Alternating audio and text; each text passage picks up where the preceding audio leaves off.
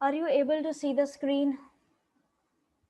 Students, are you able to see the screen?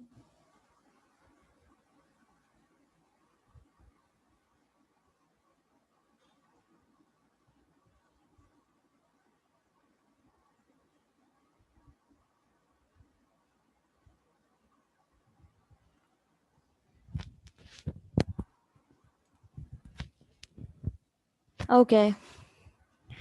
So if you have any problem regarding yesterday's topic, you can ask. अगर आपको कल के topic से related कोई भी दिक्कत आई है तो भी आप पूछ सकते हैं.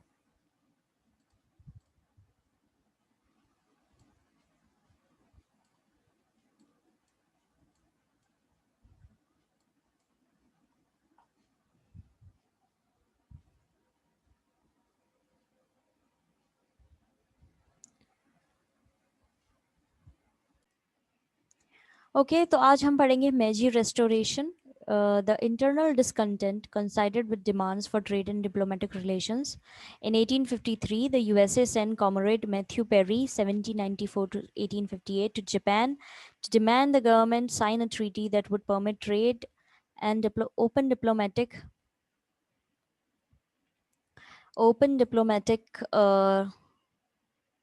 relations, which it did the following year.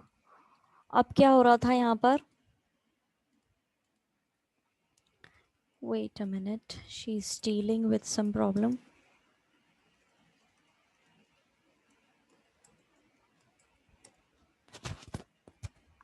Okay तो उस समय में क्या हुआ था, यहाँ पर डिमांड उठने लगी थी कि ट्रेड किया जाए, डिप्लोमेटिक रिलेशंस जो इनके शुरू हुए हैं. तो यूएसए से कॉमरेड भेजे गए थे मैथ्यू पेरी जापान में 1853 के दौरान, और उनको बोला गया था कि गवर्नमेंट से साइन करवा के लाओ एक ट्रीटी जिसमें वो परमिशन दें ट्रेड और ओपन डिप्लोमेटिक रिलेशंस के लिए. और which it did the following year, और आने वाले साल में उन्होंने ये इस चीज़ के लिए हाँ कर दिया. Japan lay on the route to China which the USA saw as a major market. Japan ने उसी रास्ते को अपनाया, चाइना वाले रास्ते से जा करके, मतलब चाइना ने जो फॉलो किया था वही, जिसको यूएसए जो है मानता था एक मेजर मार्केट है वहाँ पे. Also they are whaling ships in the Pacific needed a place to refuel, और उनके जो शिप्स चल रहे थे पैसिफिक में उनको ज़रूरत थी रीफ्यूल की. उस समय में वहाँ तक पहुँचते पहुँचते at that time there was only one western country that traded with Japan and Holland. उस समय में सिर्फ एक ही वेस्टर्न कंट्री थी जो डील करती थी, ट्रेड करती थी. वेस्टर्न कंट्री जो थी वो थी डील कर रही थी जो है जापान और हॉलैंड से. Perry's arrival had an important effect on Japanese politics. Perry का आना जो है उससे बहुत असर पड़ा था जापानीज की पॉलिटिक्स पे, राजनीति पे. The emperor who till then had little political power now re-emerged as an important figure. जो वहाँ के एम्परर थे उनके पास में बहुत कम पॉलिटिकल पावर थी, लेकिन इनके आने के दौरान, पेरी के आने के वहाँ पर बाद में वहाँ पर उनकी एक इम्पॉर्टेंट फिगर की तरह देखा जाने लगा.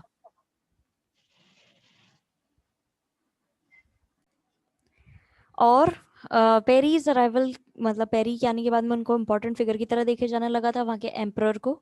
इन 1868 a movement forcibly remove the shogun from power and brought the emperor to Edo. अब एक मूवमेंट हुआ था जिससे शोगन को हटा दिया गया था पावर में से, और एम्परर जो है उनको लेके आया गया था एडू पे. This was made the capital and rename Tokyo which means eastern capital. अब ये जगहों के नाम है, ठीक है, और वहाँ पर उसको वापस से क्या बना दिया गया था, कैपिटल, और उसका नाम दिया गया, उसका दोबारा नाम रखा गया टोक्यो, जिसको ईस्टर्न कैपिटल के जिसका मतलब होता है eastern capital. Officials and the people were aware that some European countries were building colonial empires in India and elsewhere. Officials और कुछ लोगों का मानना था कुछ यूरोपियन कंट्रीज जो है वो अपना colonial empire फैला रही हैं इंडिया में और बाकी जगहों पर. News of China being defeated by the British was flowing in, and this was even depicted in popular plays so that there was a real fear that Japan might be made a colony. अब India के बारे में तो लोग बाग को पता पड़ ही रहा था कि इंडिया के अंदर कॉलोनियल एम्पायर जो है वो चल रहा है और वहाँ पे कॉलोनीज बनाई जा रही हैं और बाकी जगह पे भी बनाई जा रही हैं. फिर उनको सुनने में आया कि चाइना भी जो है हार गया है ब्रिटिशर से, और वहाँ पर भी इस तरह का जो चीज़ ये हुई थी, जो हार गया था चाइना, उसको प्लेज में दिखाने लगा, पॉपुलर प्लेज होने लगे, वहाँ पर नाटक होने लगे थे उस चीज़ को लेकर के, ठीक है. जिसमें जापानीज के मन में डर पैदा होने लग गया था कि अब उनको भी शायद कॉलोनी बना दिया जाएगा, उनके यहाँ भी कॉलोनाइजेशन फॉलो किया जाएगा। यहाँ पर एक इमेज दी गई है जहाँ पे पेरिस शिप्स और जापानी वुड ब्लॉक प्रिंट, यानी कि एक वुड ब्लॉक प्रिंट जैसे हमने प्रिंटिंग का उनका तरीका देखा था, क्योंकि वो यूरोपियन कंट्रीज़ के द्वारा जो बताया जाता था प्रिंटिंग प्रेस का, उसको अपनाते नहीं थे। तो इनका जो ये तरीका है उससे आप समझ सकते हैं। यहाँ पे एक पेंटिंग सी बनी हुई है, ठीक है, जहाँ पे पेरी के शिप के बारे में बताया गया है।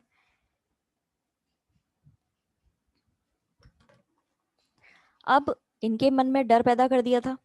Many scholars and leaders wanted to learn from the new ideas in Europe rather than ignore them as the Chinese were doing.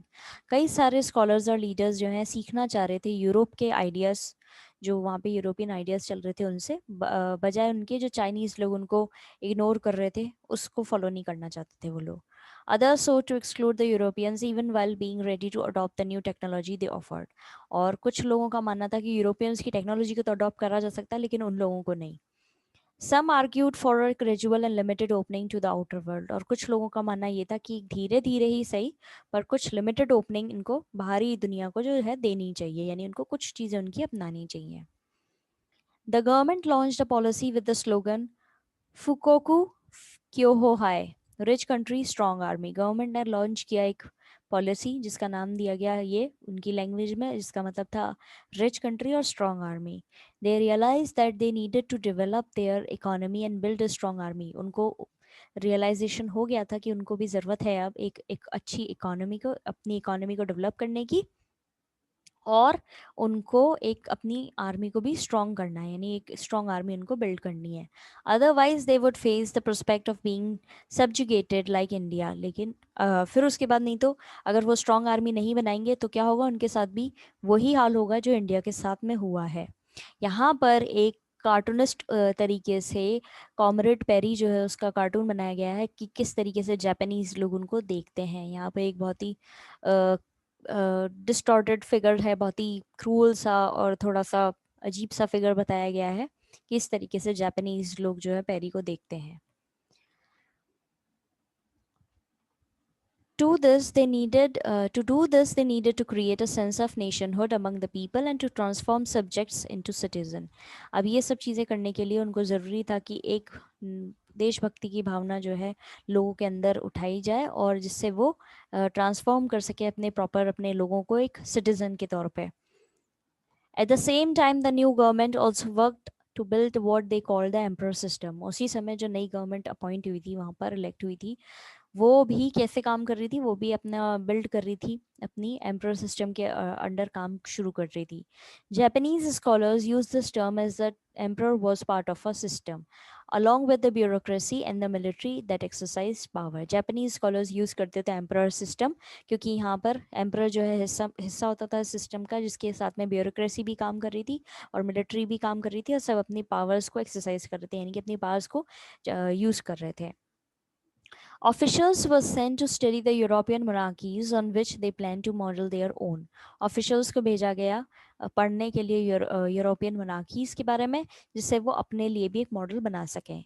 The emperor would be treated with reverence as he was considered a direct descendant of sun goddesses, but he was also shown as the leader of the westernization. Emperor जो है उसको इस तरीके से treat किया जाता था कि वो सूर्य देवी जो है उनका उनके फॉलोअर हैं, ठीक है, लेकिन उनका ही एक अवतार है, लेकिन उनको इस तरीके से भी देखा जाता था कि वो वेस्टर्नाइजेशन के भी लीडर हैं। हिज बर्थडे की बिकेम अ नेशनल हॉलीडे, और उनका जो जन्मदिन है उसको नेशनल हॉलीडे डिक्लेयर कर दिया गया। He wore western style military uniforms and edicts were issued in his name to set up modern institutions. वो वेस्टर्न स्टाइल की मिलिट्री यूनिफॉर्म पहनते थे और इशू उनके नाम पे कई सारे मॉडर्न इंस्टीट्यूशंस जो हैं वो भी खोले गए थे।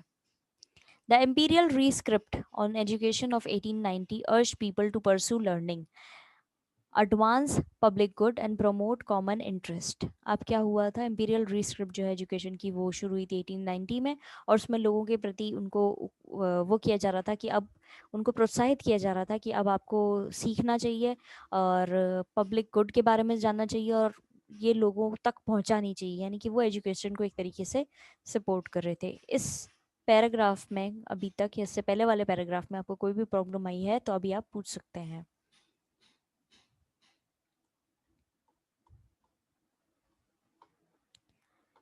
किसी को भी कोई भी दिक्कत आई है तो नो पूछ मैम। सकते हैं।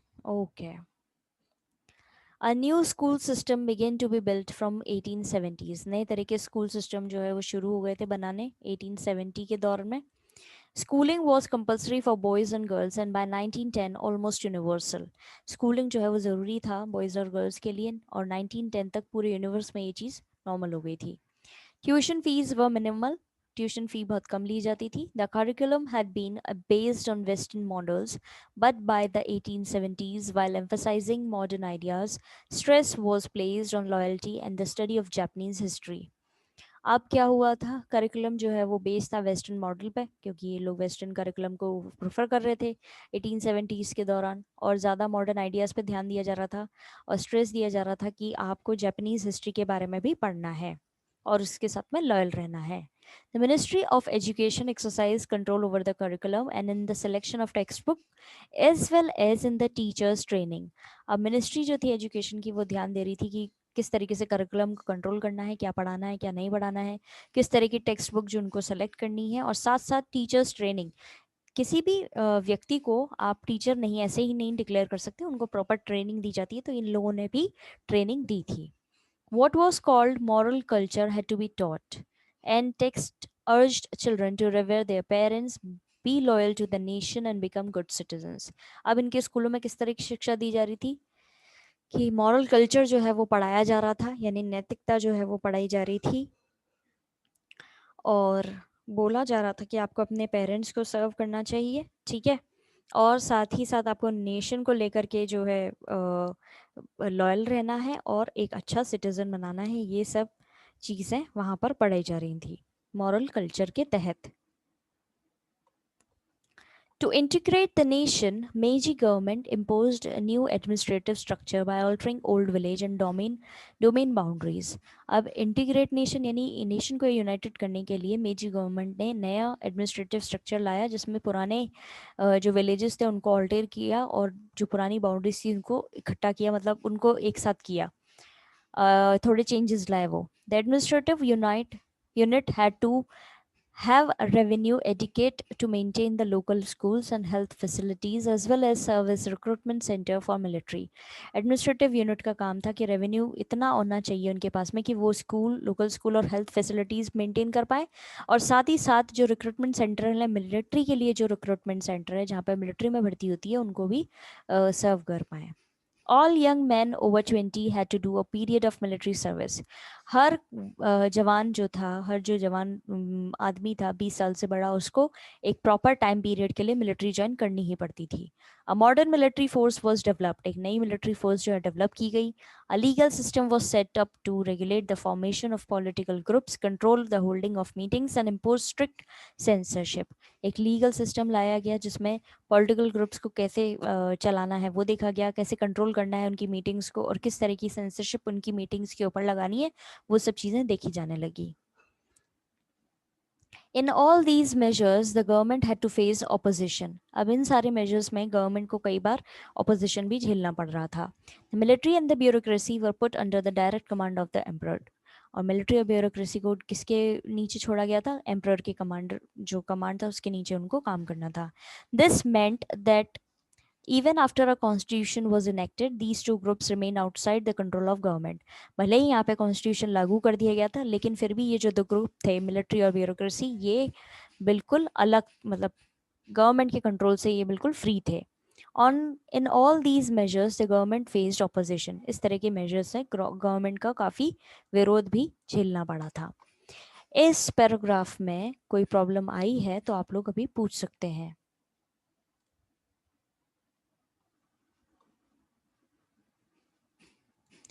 ये जो अभी हमने टॉपिक्स पढ़े हैं इसमें कोई भी प्रॉब्लम है तो आप लोग पूछ सकते हैं। अगर आपका ऑडियो काम नहीं कर रहा है तो you can use the chat option to reply.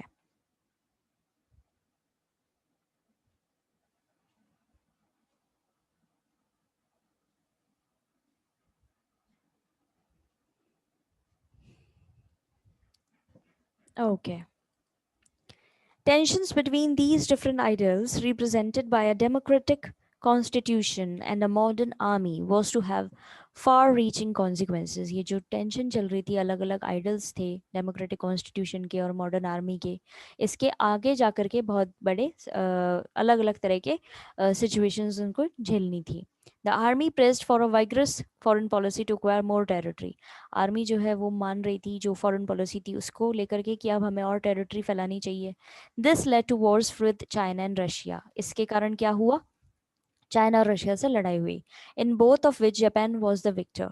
और दोनों ही लड़ाइयों में जापान जो है जीत गया. Popular demand for greater democracy was often in opposition to governments aggressive policies. और कई सारी डिमांड उठने लगी कि हमें जनतंत्र चाहिए, डेमोक्रेटिक फॉर्म ऑफ गवर्नमेंट चाहिए, क्योंकि गवर्नमेंट की पॉलिसीज जो थी वो बहुत ज़्यादा क्या थी, अग्रेसिव हैं, यानी वो बहुत ज़्यादा सही नहीं है, बहुत ज़्यादा हार्श है. Japan developed economically and acquired a colonial empire that suppressed the spread of democracy at home and put it in the collision with the people it colonized. और जापान जो है डेवलप हुआ, इकोनॉमिकली डेवलप हुआ, एक colonial empire जो है उन्होंने acquired colonial empire, एक कॉलोनियल एम्पायर उन्होंने अपना लिया था जो उनकी डेमोक्रेसी को दबा रहा था, और आपस में ही लोगों के बीच में काफ़ी मतभेद बढ़ रहे थे.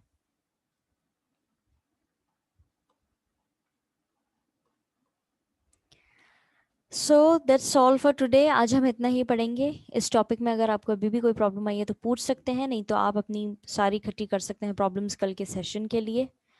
कल हम इसको आगे पढ़ेंगे और कंटिन्यू करेंगे.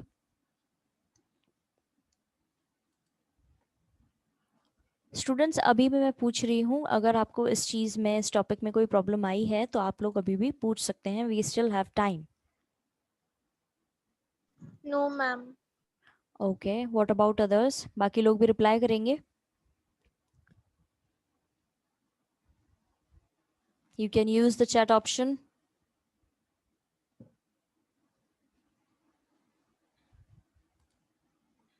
Okay, I got reply of Rohit and Anna. What about Tanisha and Antima?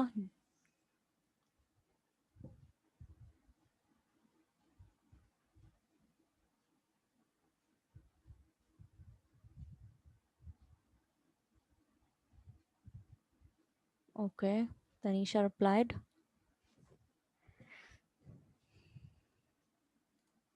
So that's all for today. We'll continue this chapter tomorrow. If you have any problem, you can conjure up your collect up your problems, and then we'll discuss your problem in tomorrow's session. Have a nice day, students. God bless Thank you you, all. ma'am. Welcome.